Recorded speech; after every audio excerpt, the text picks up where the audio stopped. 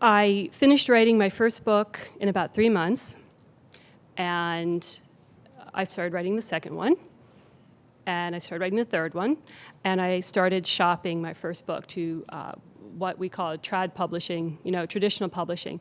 And I got a lot of really positive response, but people saying, well, the paranormal young adult market is pretty much saturated. And they were right. I mean, it was huge at that time.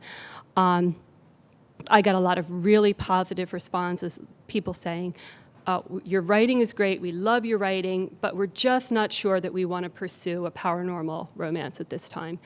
Okay, so I ended up in New York the next year and talked to a lot of the agents and editors who I'd gotten to know, and they were very encouraging and they wanted to read more of my work, but they said, well, we don't like this, that, and the other. And one of the things they didn't like was that families were big in my books. And they said, in paranormal, young adult paranormal, we don't like to see families.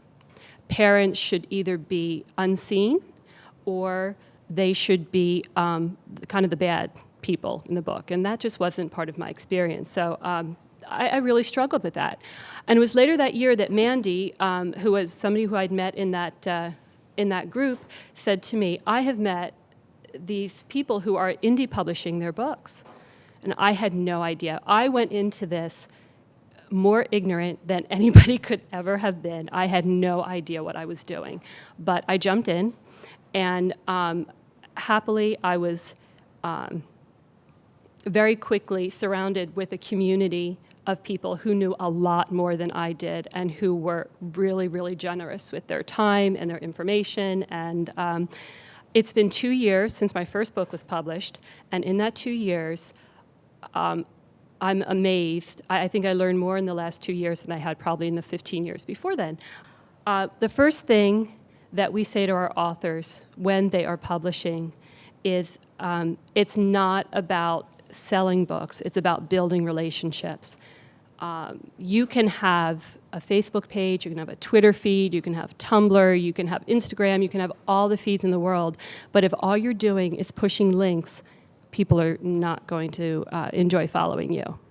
They're going to be turned off very quickly. And what we have found is that content, whether it's on Twitter, whether it's on Facebook, is what really makes the difference. So relationship. We want to form relationships with your target audience. And how do you do that? Well, you need to be real.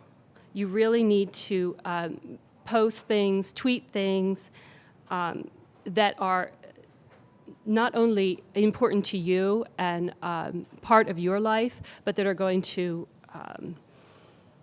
speak to other people too. And that goes to both Twitter and that goes to Facebook. It's much harder to see on Facebook than it is on Twitter, but it applies to both places. You want to make it clear in your social media where the readers can get more information, but you don't want to push it on them. On Facebook and on Twitter both, you can have all your information available where they can see where to buy your books, where to join all your newsletters and everything, but you don't have to be pushing it in every post. One of the things that I discovered that was really interesting was when I first started out, I would just the only time I would post on my author Facebook was when I had something to promote. If I had a book sale, if something were going on, if I were touring a book.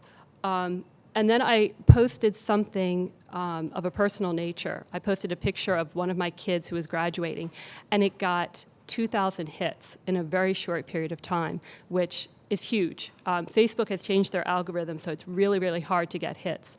And I was blown away. And I started to notice that the more things that I posted that were interesting to me and interesting to my audience, the more interactive they were becoming. And if you're an author, you're writing by yourself a lot. There's not a whole lot of interaction. You really need that. You need somebody to comment and say, wow, this was important to me, this spoke to me too. So you need to be visible, be active, and be real.